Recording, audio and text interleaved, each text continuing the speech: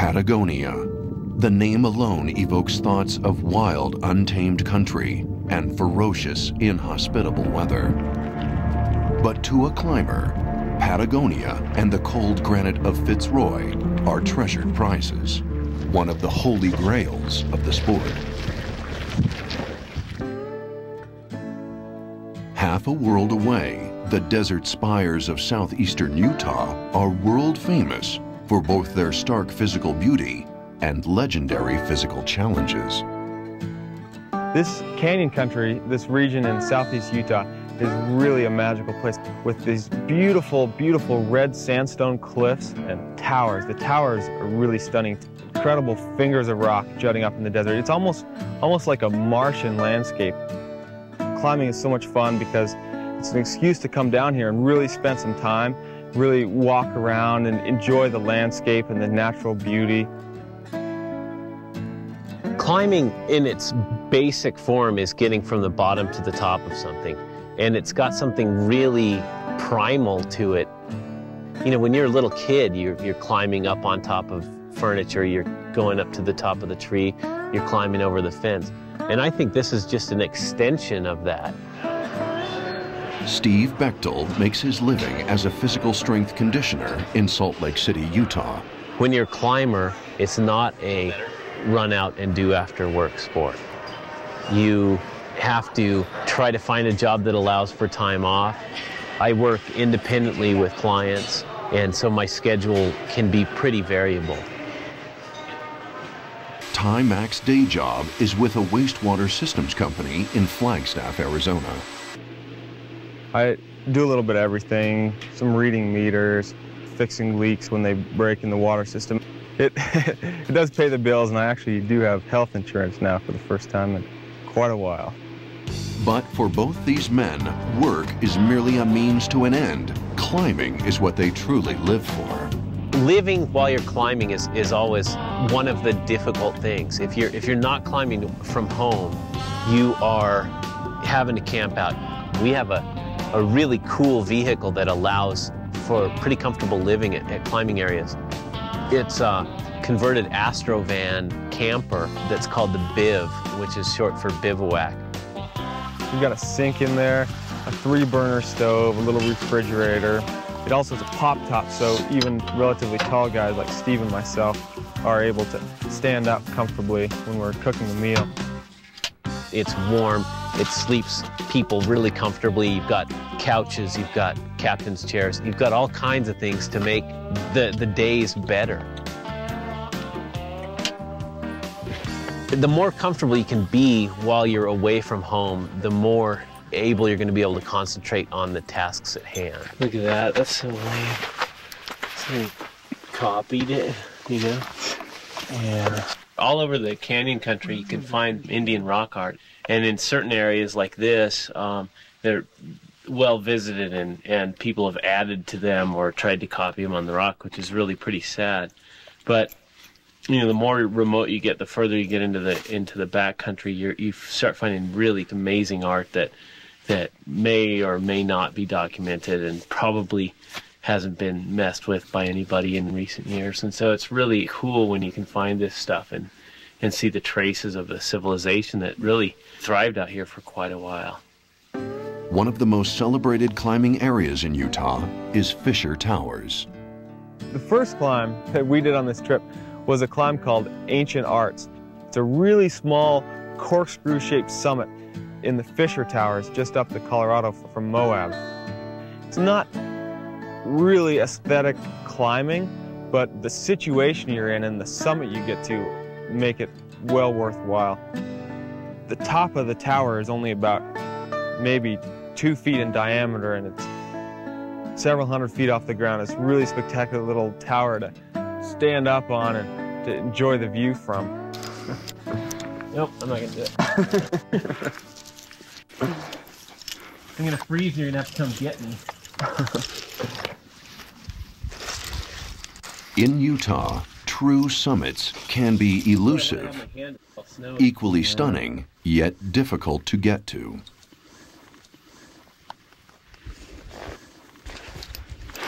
nuts. Yeah, I'm gonna press into a handstand.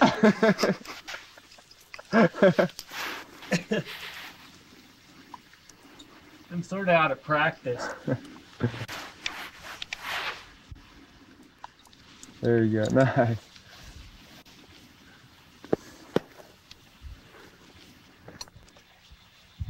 A climber has to have many tools in his bag of tricks, but none are more important than the combination of strength and balance.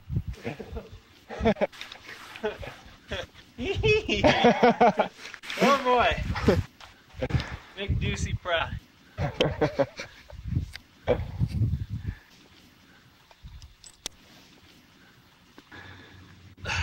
I mean, dang. I don't think I can do it. But patience and precision ultimately pay off. God.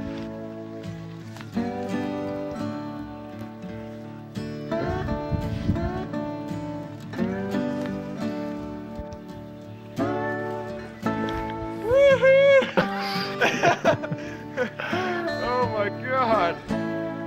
It feels like the whole thing's swaying.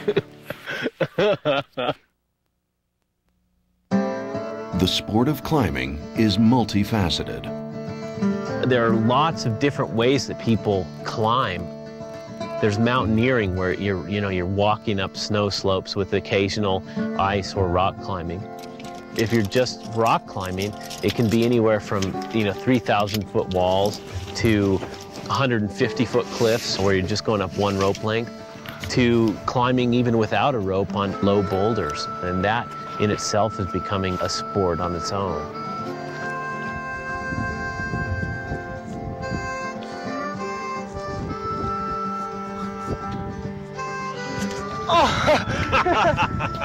Good. The majority of people who climb stick to the one pitch things. They go to the base of the cliff, they climb up, they come back down, maybe they walk down the cliff and do another one.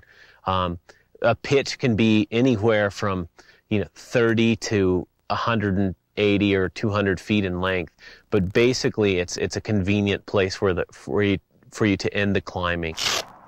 As you climb, you tend to lose a little bit of friction on your fingers, and your fingertips are your main link to the rock. So as you're climbing, you can dip your fingers in gymnastic chalk, which is a pretty nice compound for drying out your fingers, keeping you with maximum friction and contact with the rock. The climbing shoes we use are an evolution from mountain boots, which didn't necessarily perform very well for rock climbing. These are lighter, they fit very closely to the foot, and they're covered with a sticky rubber that is a bit stickier than your standard hiking rubber, but not quite gummy or gluey. The basic link to your safety system in climbing is a nylon harness. It's padded for comfort. It's got a waist belt and leg loops that allow for the climber to remain upright, especially in case of a fall.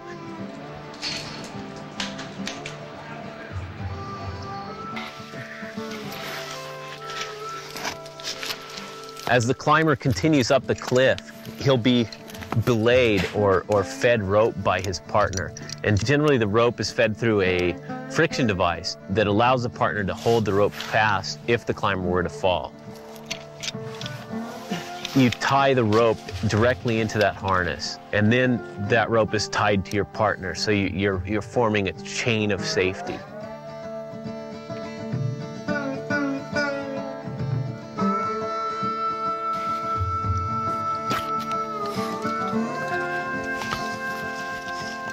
As the climber proceeds up the cliff, he places protection pieces, usually a camming device, slipped inside a crack and then opened up. And then he clips his rope into that device. The rope is allowed to feed freely through that device and then is controlled by his belayer as he climbs.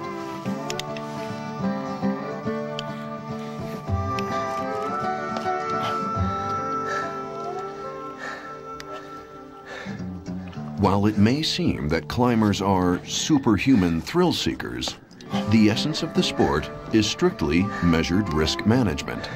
The most successful climbers minimize their risks and maximize safety. They also live the longest.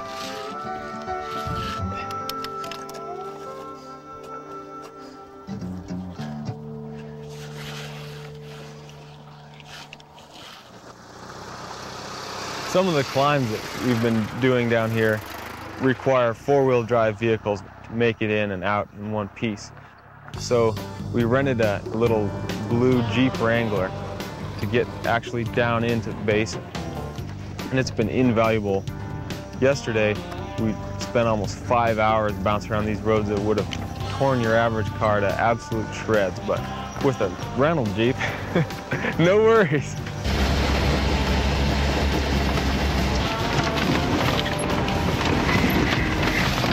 Sometimes getting to the base of the climb can be as scary as the climb itself.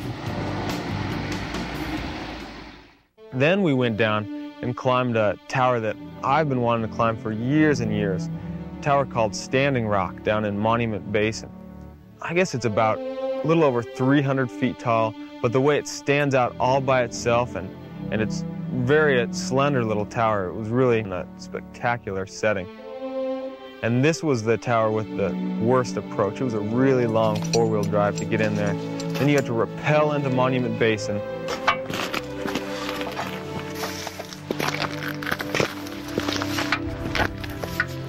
As the writer Ed Abbey once said, what draws us into the desert is the search for something intimate in the remote.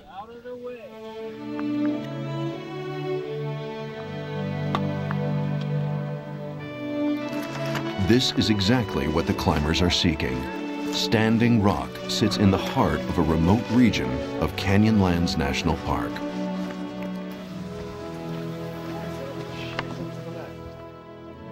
On Standing Rock, the rock really wasn't terrific. I believe in Cutler sandstone, so there's all these little scalloped overhangs, and the rock's pretty friable, and there's no real obvious crack systems. So the route kind of just wound its way up through these overhangs, ducking around, little intermittent cracks. But really spectacular climbing and a lot cleaner than I expected. We really didn't encounter that much loose rock.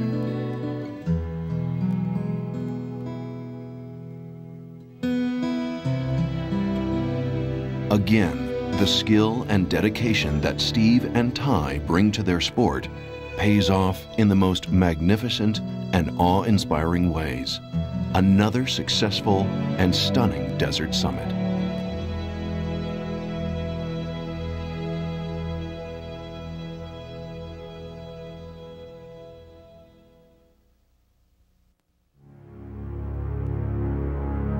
The sand and rocks of Utah are a true climbing paradise. Often the hardest decision to make is choosing what to attempt. The final tower we climbed is this truly beautiful freestanding tower called Moses that's out in Taylor Canyon. And it's one of the most spectacular towers I've ever seen or climbed. All right, you got me on then? Yep, you're on boy. And then if you can just throw my warm coat and gloves in. Okay. Your pack. It's quite tall. It's around 500 feet tall, and it's Wingate sandstone, which to a climber is really the gem in these red sandstones that are found down here in Southeast Utah. Wingate sandstone is relatively hard, and it fractures into these beautiful continuous crack systems. The route we did was called Primrose Dihedrals, and it wound its way up just these very, very clean sandstone splitters.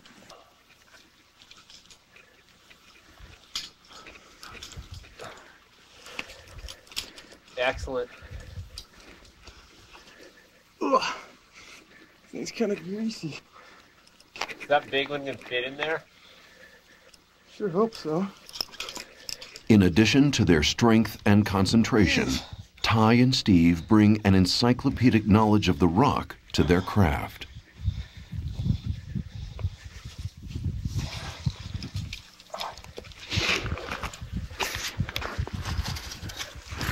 Yikes. It's a little bit spooky. How's the temp? A little bit chilly, but very bearable. Okay, watch me up here. This rock's kind of rubble.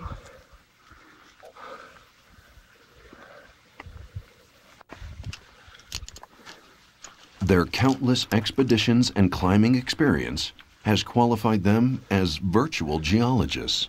And the rock here is even more than kind of rubble. Kind of scares you that all that nice rock up on top is sitting on top of this. All right, I think I see the belay just around the corner here. Pitch one.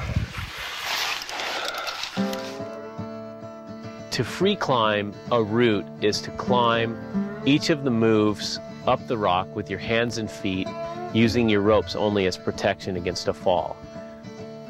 And what that requires is a lot more time and a lot more patience and a fair bit more difficulty in negotiating difficult sections of rock, where in typical alpine style you can place the gear in the rock, grab the piece, move on up to the next piece, and so on. Here we place the same protection, but that gear is used only to protect us in case of a fall, and all of our upward progress is made using bare hands and feet in rock shoes.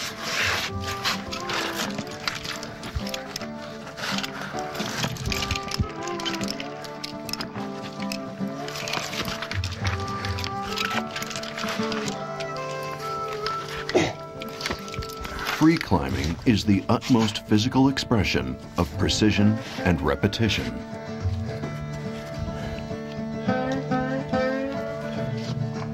Fist jamming and finger holds, leg bracing and delicate weight balance, practiced and repeated over and over in a seemingly endless cycle, while at the same time slowly ascending ever upwards.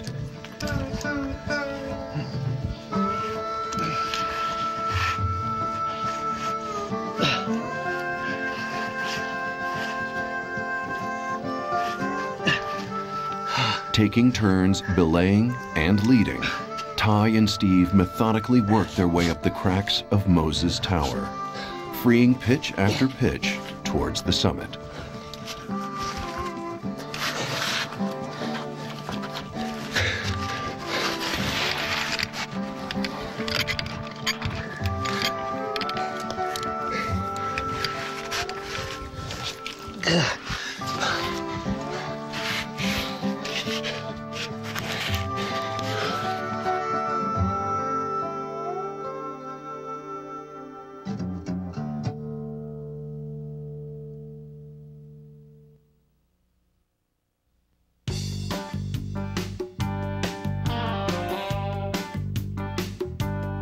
The summit of Moses remains many pitches away. Whoa, see that handhold crumble? Yeah. Nice. Jeez, most of these bolts are museum pieces. This next one's sticking out about 1.5 inches. It's an old ring angle.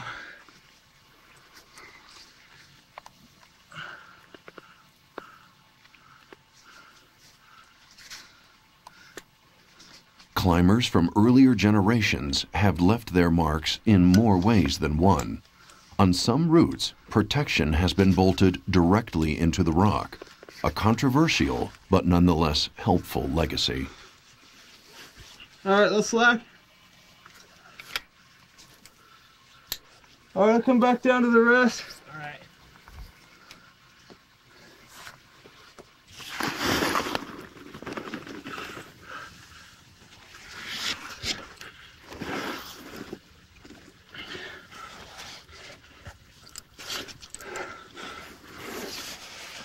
Boy, that last piece looks a long way down from here.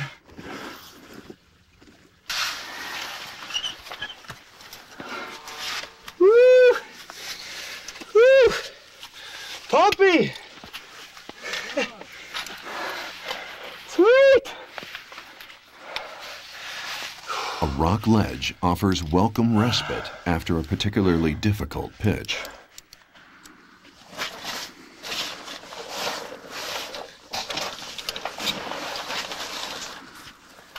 Yeah, that'll probably work. Keep your butt on that ledge. Steve's about to enter this deep, dark chimney that is supposed to exit just below the summit. But from here, it looks like it might be a little tight for Steve's barrel chest. It looks like I can protect this with some friends and stuff going up here. So I won't, since I forgot the gear. Wow, I made it. There's no protection, but it's also very hard to fall out of. It's a good chimney. Towards the top, the final pitch opens up into a chimney-like crack, wide enough for Steve to jam his whole body in and shimmy up.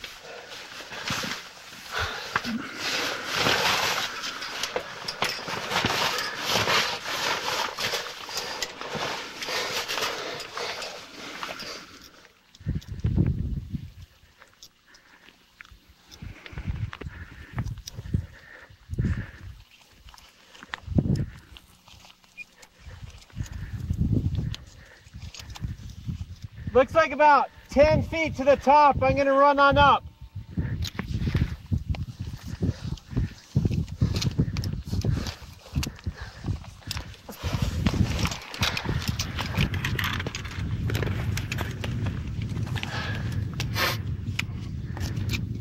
Steve takes the final few steps to the summit and looks around, surveying a breathtaking vista that stretches for miles.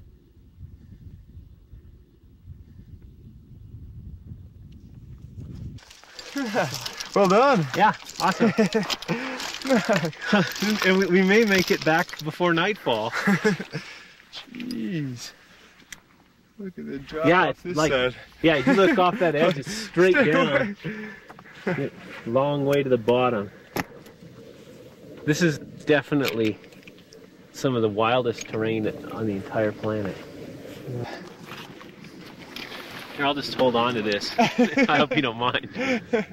Oh boy. Long way down. Long way down. And that amphitheater is cool. That's a wannabe arch. We'll come back here when we're old and it'll be an arch, right?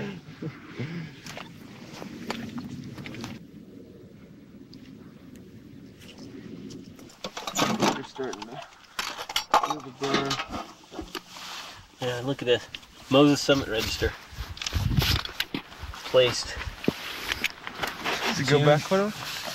This one, there's a bunch of them in here, but this one goes back to June 12th, 1991. So over 10 years of ascents. Last ascent was on Thanksgiving Day. Thanksgiving Day. So that's been what, 2 First months ascent of 2002. I know. And sign us in there. All right. I really think that climbing will always be a part of my life. It's one of the most rewarding activities that I've ever really experienced. In some ways, it's more of a lifestyle than a sport. It's something you do because you truly love to be doing any aspect of it, from hiking up to get to a climb to every once in a while you have these beautiful moments where you're topping out on a desert tower. The views are incredible.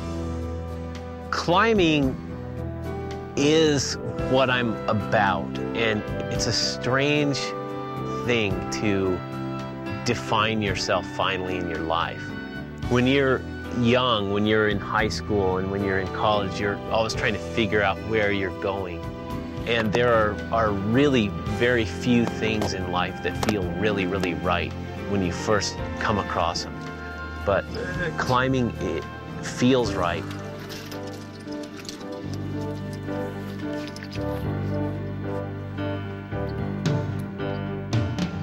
There's a wonderful feeling at the end of a climbing day when you get to the top of a spire, or when you feel like you've done something that you didn't think you could do before.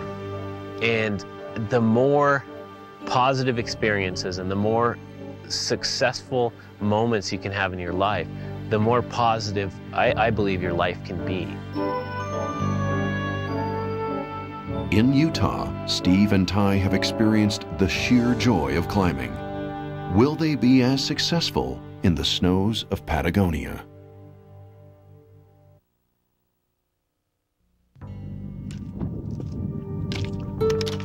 In Patagonia, Ty and Steve join a group of friends on a major free climbing expedition.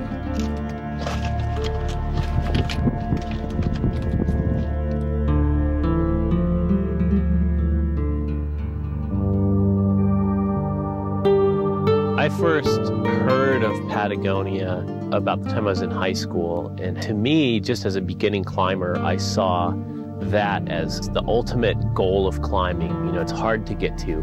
It's hard to survive at this wall because of the difficulty of the wall and the weather. What our team's strength is free climbing, and what we want to do is bring free climbing to the route that we're attempting to do on Fitzroy. Already I can see how patience is going to be one of the most important qualities that we need to have be successful here in Patagonia. It's so easy, even after a couple days of bad weather, to start to get a little bit down and thinking about, well, what if we get one of these 3-week storms and the weather never breaks and we never get any weather good enough to climb in. The rock here is fantastic. The granite is flawless, the cracks are perfect. Unfortunately, it's constantly being filled with ice and snow, making free climbing difficult or perhaps impossible. It's a brutal place for a rock climber because the perfect rock is held in front of you and then you're kept from climbing it. We have a Herculean task. We're not blasting up any 8-pitch route. We're trying to free climb a 40-plus pitch route. And there's a huge difference in a climb that takes 4 hours versus a climb that takes 4 days, especially up here when your weather window might only be 4 hours at a stretch. Just getting here turned out to be way more work, way more of an epic than I thought it would be. Just so much equipment. Every little step of the way was a nightmare. Generally, you've got 20 to 30 bags. Most of them are above 50 pounds, and you've only got a few people to move them. Moving that through the U.S. airline system is difficult, but once you move into a foreign country, it somehow gets magnified, because not only do you have the problems of lots and lots of baggage, you have foreign languages, you have a lot of things that have to be overcome to get your mountain, your ton of equipment into the country and then to your location. We have to put all of our bags on a bus. We have to put all of our bags in a plane. We have to put all of our bags on the backs of horses and eventually get them to where we're going to set up our base camp. But doing that is a monumental task.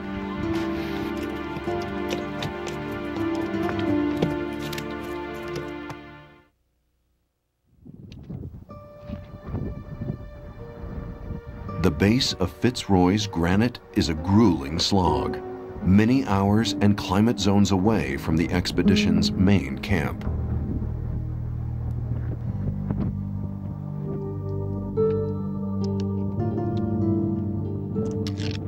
The approach from Campo Rio Blanco up to Paso Superior really is amazing.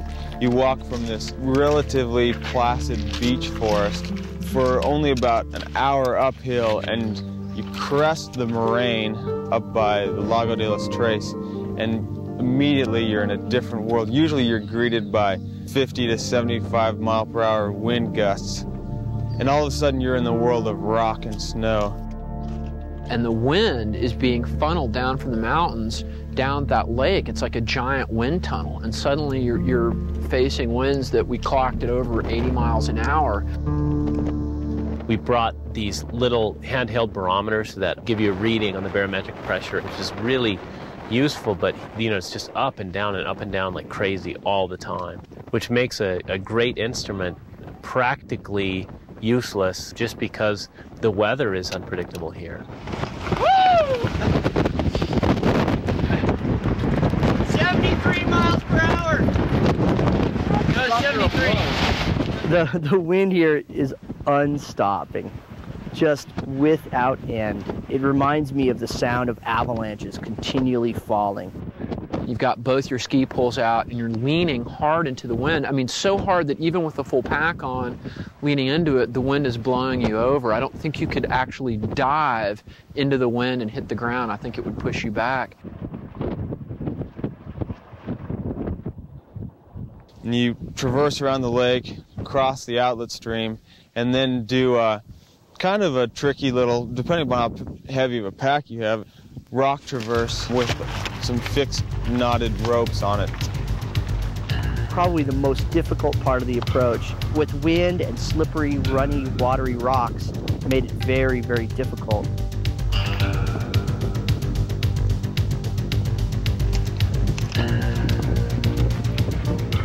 The heavy weight of gear-laden packs only adds more danger to the already treacherous footing. A slip now could doom the expedition long before any climbing actually happens.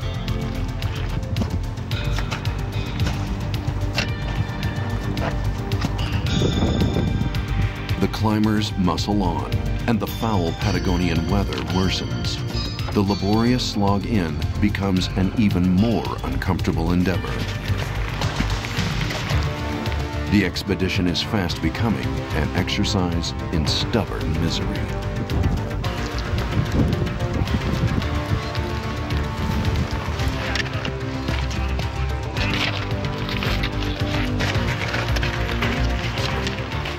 It's a difficult traverse, and then you step onto the glacier. And that's where the travel really becomes difficult. Now, all of this is not even taking into account the wind, but even without the wind, the trekking up the snow can be hazardous, can be dangerous, and is always difficult. The exposure is extreme, and the wind can be vicious. What you hope, of course, is that the snow is hard so that you don't sink up to your thighs when you're going up this series of snow slopes, but unfortunately there was so much precipitation while we've been here that almost every time without fail it was a complete slog, post-holing with heavy packs, which really makes for an arduous journey.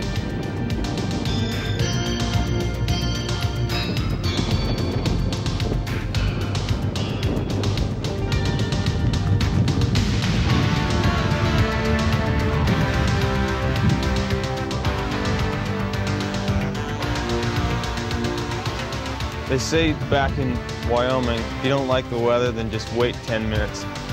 Down here in Patagonia, it's more like 30 seconds. Patagonia is flat out the worst weather I've ever seen. It comes in hard and it comes in all the way, all the time.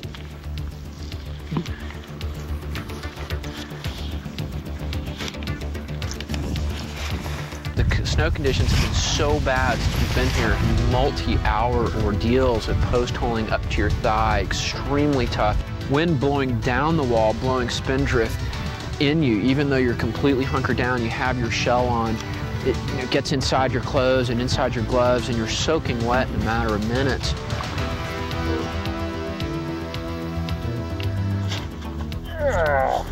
You arrive at the base of the wall exhausted. And then once you're there, you find the wall completely coated with ice and snow. All the cracks, all the cleaning that had been done, even the previous day, completely erased by the precipitation. Due to weather, Ty, Steve, and the other climbers are growing increasingly frustrated.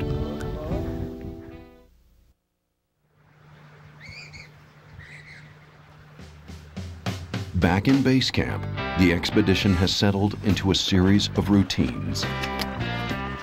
We are notorious overpackers. We're prepared for anything. Maybe it's some sort of bizarre Boy Scout upbringing or something, but we are prepared, and we want to be prepared for anything. As a result, we have a ton, literally a ton of gear. We've only got about, 1,000 pounds worth of food, but that just means we'll be the best fed climbers in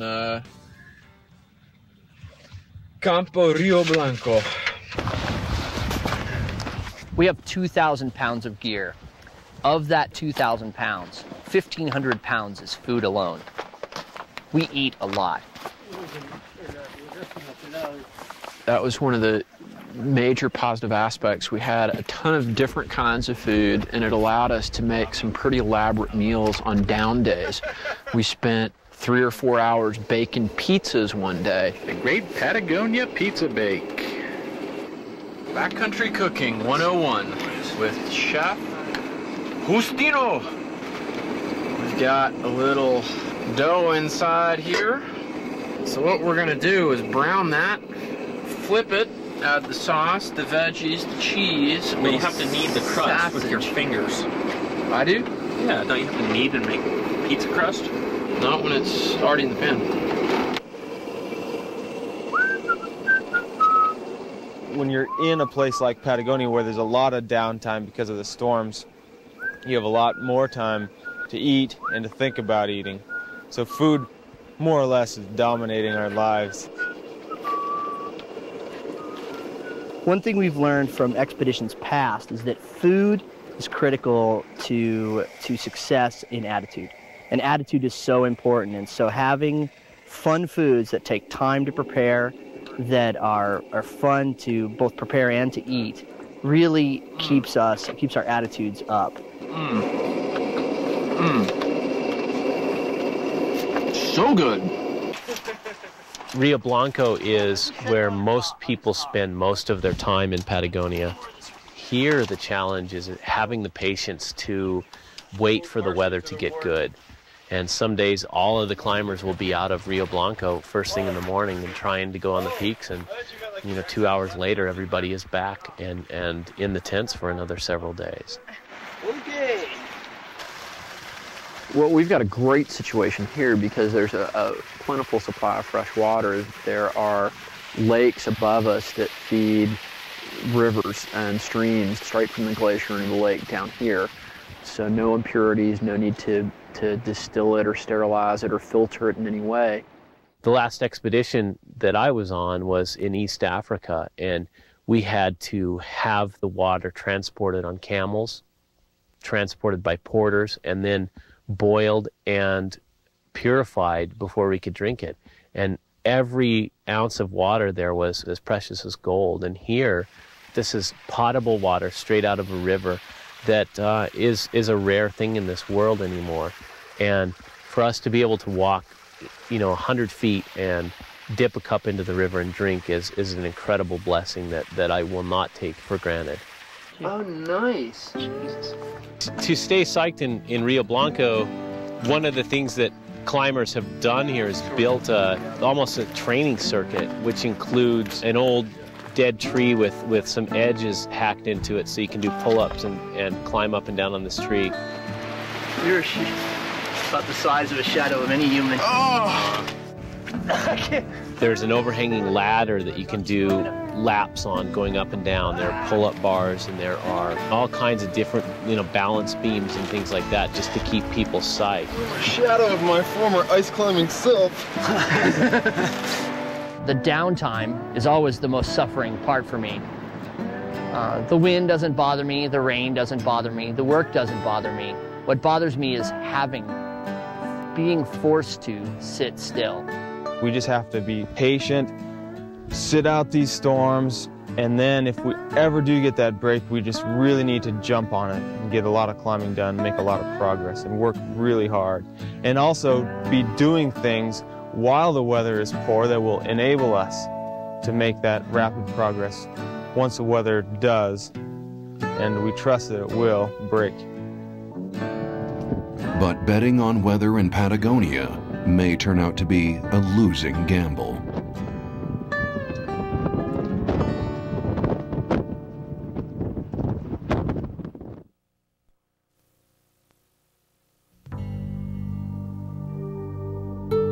It is incredibly difficult to free climb in this environment, but that's the challenge. There's a huge possibility of failure here, more than in any other trip we've ever been on. And truthfully, we could very possibly be shut down completely and spend a 6-week camping trip in Camp Rio Blanco. But there's no real guarantee that we can get up anything at all. Yeah, I mean that's what... Still photographer Bobby Modell gives voice to what's preying on everyone's minds. Could you be on the wall today if you wanted to? Well, maybe you couldn't get much done. You'd be wet and cold. But, like, maybe you could go push the fixed lines. Yeah. Safely or? Safely. I don't think safety is the issue up there. I mean, as far as your life is concerned, but it's hard to make rapid progress, and if you're not moving rapidly, then you end up cold and miserable. It is not important to me to free climb this route. It is important to me to get up this route. I think it is realistic for us to try to get up this route any means available in the time that we have given the weather.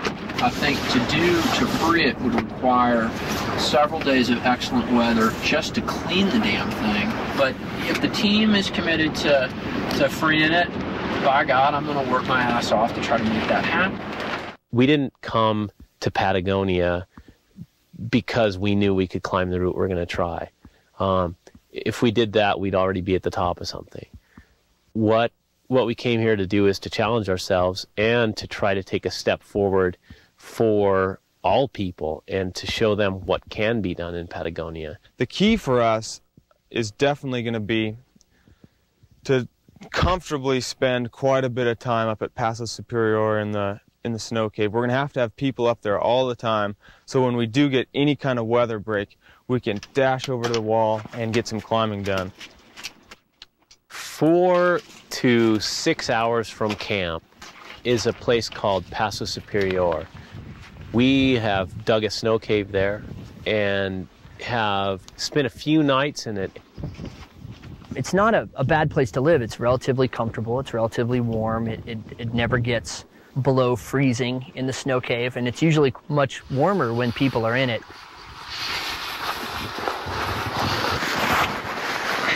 What you cooking out, Tyrell, Mac? Now I've got the real plan. We're gonna cook up a giant pot of cornmeal mush. Being in a snow cave is kind of like going back into the womb, except without the one comfort of warmth. You're sort of trapped inside an ice cube. We need a little doormat, I think. Little home sweet snow cave. It's a relatively warm place to be. It's just right around freezing or a little bit above, but it's very confining. It's much worse than a tent because you have the constant knowledge that there's 3 feet of ice and snow on each side of you. I'm glad I don't work at a ski resort. Maybe it'll be an Olympic sport next year. But it's better than the environment of wind and rain that you would be in just 3 feet on the other side of that snow. Everything changes a lot over here from day to day. We used to have a big cave here where we could set up. We even had a rope fixed under there, which is now buried under about 50 tons of snow. Now we've got our gear fixed right over here. It used to be bare rock right above the gear, but now we're gonna have to chop our way through that drift to free the fixed line. For free climbing this wall, it just has to get a bunch of sun. The cracks are all full of ice, there's snow everywhere. We just need good weather and quite a bit of it to make this thing free climbable. The weather doesn't change, and harsh reality sets in. We seriously underestimated how bad Patagonian weather could be, and we really just got shut down. Didn't really do any climbing at all. We came here trying to do one route and do it in the best style we knew how. The weather has not permitted us to do that, and we now have to walk away from it, and it is definitely among the hardest things I've ever done. It is very hard. No one likes to go home empty-handed, and we're essentially going home with our tails between our legs, hopefully to come back another time. Failure is something that it's important to experience. It's important to know that some things, no matter how hard you work, no matter how much you really want it, you just can't have. In the space of a year, Ty Mack and Steve Bechtel have experienced the fundamental truths about climbing. They have shared the lows of failure in the snows of Patagonia and the joy of summiting in the sands of Utah. But one thing still bonds them together: a single-minded passion and need to climb. And we may make it back before nightfall. This is definitely some of the wildest terrain on the entire planet.